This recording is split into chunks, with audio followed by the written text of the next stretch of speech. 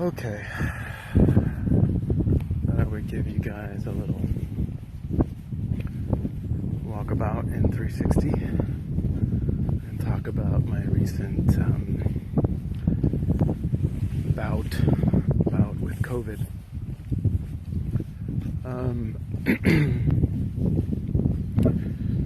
Sunday morning after Christmas, I possibly intuitively knew that I had been letting myself down in a lot of areas of health, and that if I would crash, so to speak, or become ill with a cold, a flu, something, COVID, these are the things that I would have done, or not done, more so, leading up to that point, that would have hastened my crash, so to speak. So I wrote about it. Ironically, my COVID test came back from that previous Wednesday, preparing for Christmas Eve, Christmas Day. Finally came back that Sunday afternoon, and I'm responding to my family, fail. If that wasn't a fail, I don't know what was. That made it very stressful for the holiday, which didn't help with my ability to ward off being sick. So yeah, I named a bunch of things like, the stress from the holidays, gift giving, the people who we might meet or be with that maybe we didn't want to be with during the holidays, that we have to quote unquote deal with, not drinking enough, forgetting to stay hydrated because we're too busy getting shit done, poor nutrition because we're sacrificing a good home cooked meal with vegetables and whatever for like a quick fast food, fried food, binge, so to speak. We're eating snacks, we're eating more sweets, more sugar. Sugar suppresses the immune system. We're eating a lot of that because, I was pointing out how most friends and family who don't know you think that you love sweets, so they get you something sweet. It's just a given, right? But what it means is that you have a bunch of sweets inside your home that you normally wouldn't buy, let's say from the store, and you don't feel comfortable throwing out. I do, but you wouldn't feel comfortable throwing, just because the neighbor got it for us, or our cousin got it for us, or whatever. So you keep it around and you eat it every day for the next week or 2 or 3, depending on how much candy and sweets you got. So you're constantly suppressing your immune system that way. And if they gave it to you, obviously you're getting it leading up to Christmas, right? That's something you can eat before Christmas, so more than likely you're eating that stuff before. So anyway, there's the sweets, there's the sugar side of things. There's less joy because it's all about the destination, right? So you're doing, not necessarily enjoying the doing. And in that moment and enjoying that, you're saving it for this future date. And in some cases, like in mine this year, it wasn't that not that it wasn't great, but it wasn't all that happy. I had a little bit of a falling out on Christmas Eve that didn't go so well for me, mainly my own choice, but needless to say, it was stressful, and I walked a lot. That's another thing that a lot of people take for granted, is that when you do something physical that you don't normally do, it adds a lot of inflammation that your body's not ready for. Your immune system isn't prepared for you to step way outside of your bounds in regards to exercise. So when and if you do that, it creates a system-wide fire that is excess inflammation of all your muscles needing to be repaired, essentially. Would be different if you pushed it a little bit further than normal and you're already an athlete, but I'm not. I mean, I walk every day, but I don't run. Probably should, and that's what I'm looking at doing more of in the future. But anyway, that morning before I actually had an onset of symptoms, Sunday night, which was mainly a fever and high heart rate. I couldn't go to sleep because I felt my chest was beating out of my heart was beating out of my chest, and I needed to just do some deep breathing, and that tended to work to get me through the night. But those were my main symptoms. Later on in the week, I could only make it into the ER because most of the urgent cares were booked. Most of the symptoms they say you're supposed to have, like respiratory and everything, I didn't really have. I had a little shortness of breath, kind of like after swimming like on a smoggy day, little shortness of breath. That and like within a couple days, probably starting around, symptoms were Sunday night, started the loss of smell a little bit, just weird smell, like almost like a medicine-y smell to things. That happened around like Tuesday, and it still seems to be a little persistent. I was even up till last night, I was eating like a salad, and the salad tasted or smelled medicine-y. Tasted okay, but it smelled like medicine. It's kind of weird. But so this is cool. Someone put a believe sign, if you guys can see it, look the other way. Believe outside their house. That's pretty cool. Good one for the new year. Anyway, so I just wanted to break it down kind of right now. Okay, so I wrote what would make me crash were I to crash. Almost preemptively, knowing that I had dropped a lot of balls and that there's a good chance that I could crash. Part of that might have been a self-fulfilling prophecy, I don't know, but regardless, if you go to my Facebook timeline on Sunday, like late morning sometime, early afternoon, you'll see that, and it breaks it down. And it was not just me. It's like if people were to do X, Y, Z, then they would prime themselves to be more susceptible to falling ill with any cold, flu, COVID, whatever. As you're just more, you prime yourself to be more susceptible. And that's what I was pointing out. And it happened.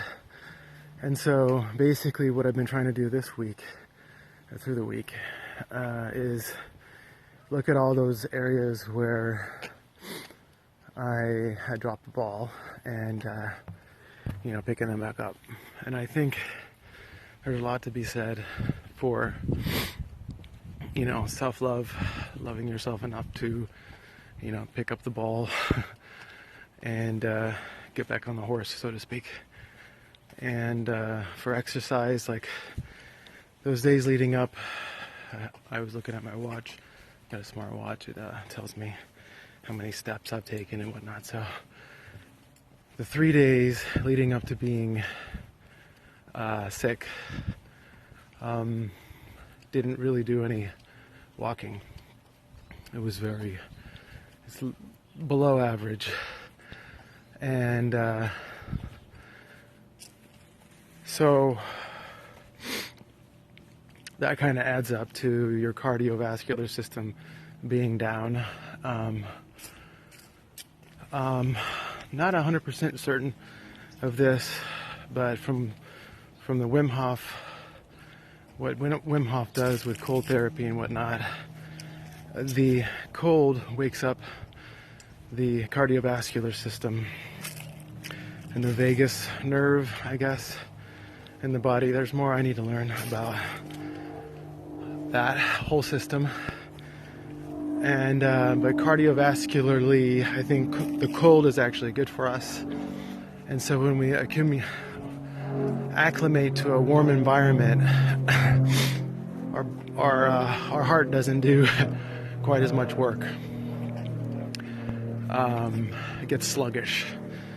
Blood vessels dilate, blood moves slower. You get more lethargic, and what I noticed is by walking more, just like with any muscle, the more you work out, the more you can work out. You know, the more you lift, the more you can lift. The more you walk, the longer you can walk. So I realized that the more I actually walk, the more I'm going to be able to walk, and the better my heart's going to be, and the more vital I'm going to feel. Versus sleeping more and doing less is not good for the heart. Your heart's a muscle just like every other muscle in the body. Lungs are a muscle too. We need to work out our lungs. Sitting at home, watching TV, playing games, not doing exercise has our lungs like not really fully stretching. It's doing something like this, and it never knows how much it can breathe in, right? It never knows its capacity because you never show it the capacity. So like a good run or a brisk walk or deep breathing exercises will give your lung a chance to expand fully, stretch, right? That deep breath is that stretch, right? And the more we can do this and show our heart muscle and our lung muscle that oh, by the way, you can do this, right? You can stretch all the way out. The more you can tell it that, or communicate that by getting out, making the mental choice to exercise, the more it does that for you, the less work the heart does when you're at rest, and the more efficient the lungs work autonomically at rest. The lungs will take an autonomic, deeper breath. You're just gonna breathe slower. You're gonna be less anxious because of that walk or that run or that jog or that bicycle ride, I should say, not bike ride. You're not getting much from a motorcycle ride, maybe. But anyway, just some thoughts on the matter. So I'm gonna keep pushing into doing more, eating more vegetables, more leafy greens. I've been low on dark leafy greens, like getting the kale, spinach, collard greens maybe, try them out. I don't do that very much, but getting more leafy greens, the dark leafy greens into my diet. I'm already doing most of the vegetarian thing.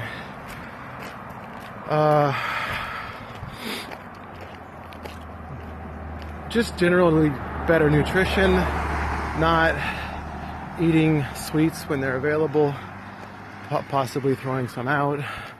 I know that sounds crazy, but try it sometime. If you live alone, don't buy it. If it's not in the household, you're less likely to eat it. What else? More joy. You know, it's one of those things where, again, focusing on the destination has us missing out on a lot of the things on the journey. So more of that, more sleep, better sleep, more quality sleep. It's one thing to get more hours of sleep, but are we getting quality sleep, you know, without distractions? It's hard to get into a deep sleep state, or even a REM state for that matter, if there's a lot of noises. For instance, I've been going to bed later than I should, and sleeping in longer than I should. And so what that means is that the noises of the day happen at the time when I would normally be in my deep sleep, in my REM state. So for me, it's going to be getting to bed earlier, so I wake up at or before the time the rest of the world and other noises and stuff start happening, so to speak. So that's the general idea, is to go all in on the balls that you dropped, to be less susceptible to any illness. And I think that's a lesson a direct lesson that I learned. I mean, I knew it, and I've been promoting this, but for it to happen to myself, and to really be humble enough to I don't know, see that you know, I'm not perfect. Never thought I was. Nobody can expect to be. And you just do what you can. You do the best you can with what you have. And I think I need to practice a little bit more of what I preach. And part of that is, you know, the self-love. And, you know, this idea that we can have all the answers on the table in front of us, but if we don't love ourselves, if we don't cultivate that, we're not going to act on those. So something happened leading up to Christmas where I wasn't loving myself enough to not have that sweet, or you know, go for a walk like this, you know, maybe skip that on a day or 2 or 3, you know, and that adds up. All these things add up. So yeah, I hope the lesson or the takeaway that you would get from this, if you've been watching, is to, you know, do the best you can. Love yourself enough to act on those answers on the table in front of you. Do the things you know are good for your body, whether that's, you know, taking a trip down to the ocean and listening to the waves, crash on the shore for relaxation, to get that stretch of your lungs. You know, you can get that from exercise, a good jog, you know, a brisk walk, you know, whatever it is that relaxes you. This guy's got an electric bike or something going on. And just, you know, make sure you don't forget to drink. Hydration is the second form of energy the body needs, water, right? And if we're chronically dehydrated, every cell in the body is deficient in the one thing it needs to operate. Not the one thing. Second most important thing it needs to operate optimally, functionally. You know, when we dehydrate regularly, when we're dehydrated regularly, all those cells aren't operating at peak. They're doing the best they can with the nutrients and the oxygen they have from breathing. But if you're deficient on the nutrient density or the nutrient quality, and you are not relaxed, you're stressed, you're breathing shallow, you're doing this little thing right here, and you're barely getting in enough oxygen delivered to tissues and cells. So it kind of makes it difficult for the body to recover when you're doing at least those things poorly. I mean, just the relaxation for proper oxygen uptake and delivery to the cells and tissues, which your body needs. Oxygen is a much more efficient energy source than glucose. And that, hydration, number 2, and number 3, nutrition, right? Making sure we get the right vitamins, minerals, vitamin D from the sun. That one over there. Yeah. Vitamin A, vitamin E, C, magnesium is important.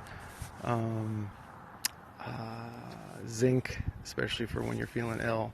In fact, ironically, my protocol, not ironically, I was grateful to see this, but my protocol for COVID was vitamin D, vitamin C, and zinc, and some Tylenol, I think, to keep my fever down, which is already gone by the time I got inside the ER. It's pretty crazy. So yeah, I just checked the Zelenko protocol, which where they most likely got that from, and it was like there was like the low symptomatic and high symptomatic, and different dosages of mostly D between the two protocols. And so I started with 10,000 IU vitamin D, and I always take it with K2 to help get the calcium. The vitamin D helps you get calcium out of your gut and into your blood vessels. But in order to get it out of your blood, so it doesn't build up as in your arteries, you need vitamin K2. So I take the vitamin D with K2 as a supplement for days, well, not like this, but get sun today. But if there are days that I don't, or there is no sun, I'll always supplement. But anyway, yeah, so high dose vitamin D, 10,000 IU for the first 3 days, and 1,000 milligrams of C, and I think it was 50 of zinc. I was taking 100 of zinc. It says 50 to 100 depending on the level of severity. So I knew that I was probably pretty low on zinc, so I took 100 first 2 or 3 days. So it was refreshing to know that they had that protocol, and that those are all natural elements. They're not pills and meds or a jab. So it's interesting, the protocol wasn't necessarily, oh, hey, go get a vaccine to heal yourself from this. No, you wouldn't. That's supposedly more preventative. So I don't know. Hopefully you get something from this. Trying to think if there's anything else that I could provide that would be helpful. Yeah, we write the script of our health or disease, and this is why the one that promotes health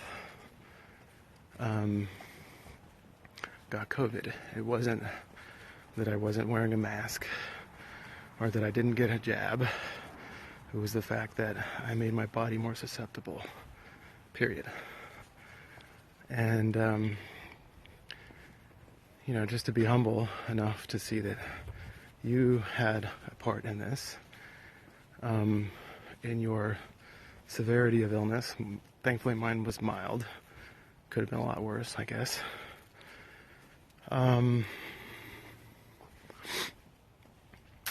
Yeah, that's pretty much it. Glad you could, hopefully you got a little bit of a scenic tour of my walk while I'm walking. Thought that would be kind of cool.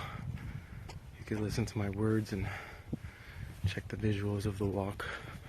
Obviously I haven't been walking at my typical pace because I'm talking too, so hopefully this is actually able to be seen on Facebook still. We shall see. But yeah, I think the things that probably did it most for me was the excess inflammation from the walk on Friday, the excess walking on Friday, and it was about twice the mileage in steps that I usually do, and the stress from the holidays, and also whether or not I would be able to be included or present with my family, given my slow test result, not coming back in time. So yeah, stress has a huge factor, because what most people don't recognize is that stress is a physiological thing. It affects the body by shortening our breath.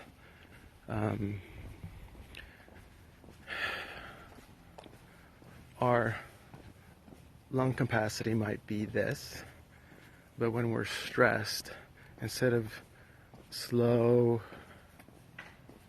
breaths, right? Instead of these slow breaths where we're able to uptake optimal levels of oxygen and assimilate as much of that as possible, right?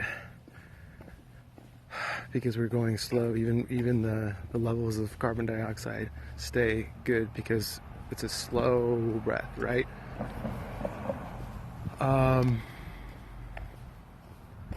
What's happening when we're stressed, when we're anxious, when we're in a state of chronic fear like this pandemic, is that we're doing this. And I've described this before, but I'll describe it again. When we're anxious, our lung isn't really expanding as much as it could, right? It's not going to capacity. What happens here is, instead of a 500 milliliter average breath, you're taking in about half that, let's say. And what it means is that this, usually about 150 milliliters of that 500 milliliter average breath is lost between here, the entry,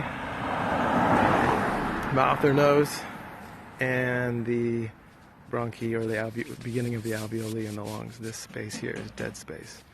No gas assimilation, right? So if we take a larger breath, right, more than 500 milliliters, a smaller portion of that is lost. So we actually get more gas exchanged. But if we take a smaller breath, smaller than 500 milliliters, a larger portion of that, possibly even half of the breath, is lost to dead space. No gas exchange. And that's not good. So this is the reason why we don't want to be stressed chronically. We want to do things that bring us joy. We want to try to enjoy the journey as much as possible. Every step Like every step I'm taking should be a meditation almost, right? Enjoying every step instead of, getting back home or getting to the 1 mile mark or whatever it might be for you, right? All that can help bring more oxygen in, not just when you're being mindful of it, breath work, deeper breathing, but when we stop, let's say after a long run, the body autonomically will breathe deeper.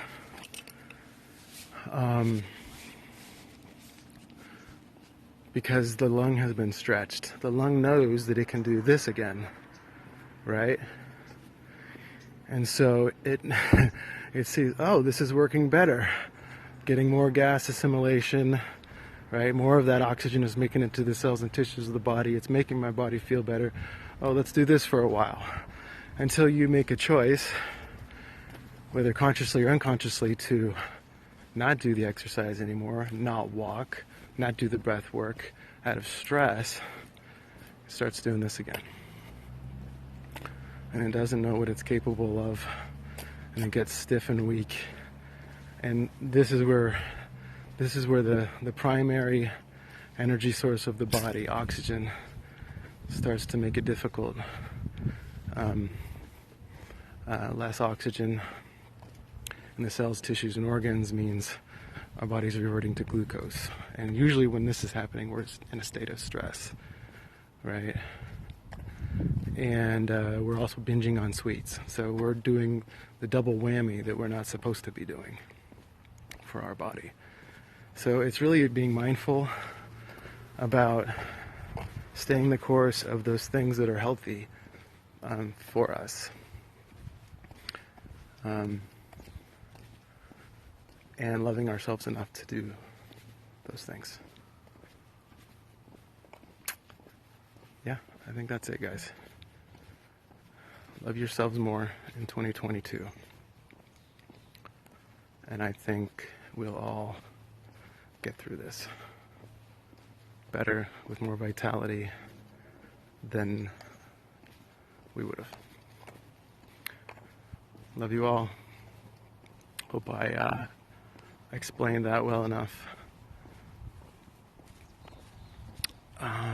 Till the next time, trusting that this little 360 cam did its job, and you got a chance to walk with me and hopefully learn something and reflect. Happy New Year. Happy New Year, everyone. Bye for now. Peace.